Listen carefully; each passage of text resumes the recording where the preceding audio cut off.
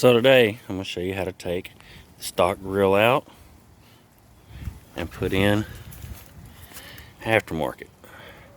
Now there are two styles of grills for these Hondas as far as how they mount.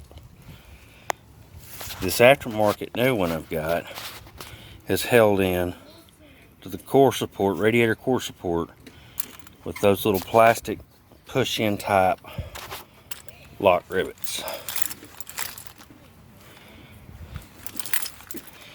This one on the car, see these types of rivets right here, that's what holds the aftermarket on. The factory one, which I've already taken apart, is held in. Each one of those has a little metal tab on it, which I've pulled the tabs off, and a screw, and it screws in to the bumper.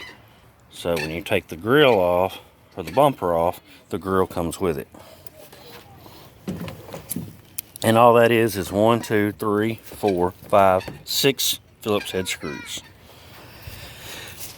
It's easy as that. All you have to do is you take your bumper off, take them screws out, stick your bumper back on, stick this up there, put your rivets in, and you're set.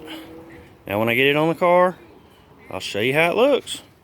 Alright, there it is, back reinstalled. All you had to do is slip your bumper back on, but you know your bumper's held on each corner, and it slides up underneath the headlights. Then you put the tabs in there, and there, and then all you gotta do is set the grill in place, put your tabs in each one of them spots, and that's it. Less than 15 minutes to do all of it. Alright, there it is with the hood closed. Now it does leave a little bit of a gap, but that ain't no big deal. Still looks pretty damn good to me.